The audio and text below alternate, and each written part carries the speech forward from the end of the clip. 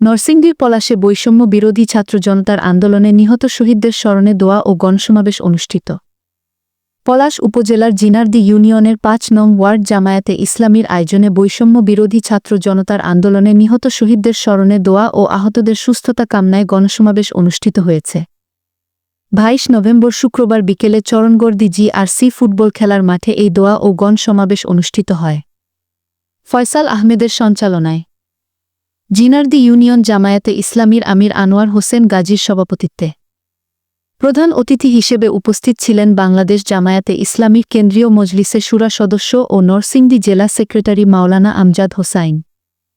বিশেষ অতিথি হিসেবে উপস্থিত ছিলেন নরসিংদী সদর উপজেলা জামায়াতে ইসলামীর আমির মাহফুজুর রহমান ভূঁইয়া, পলাশ উপজেলা জামায়াতে ইসলামীর আমির মাওলানা আবুল কাশেম শিকদার, পলাশ উপজেলা জামায়াতে ইসলামীর সেক্রেটারি মাওলানা মাসুদ করিম, অধ্যাপক ইসমাইল খায়েরি, নুরুল ইসলাম সিকদার, মোহাম্মদ জামির হোসেন পাঠান সহ আরও অনেকে উপস্থিত ছিলেন।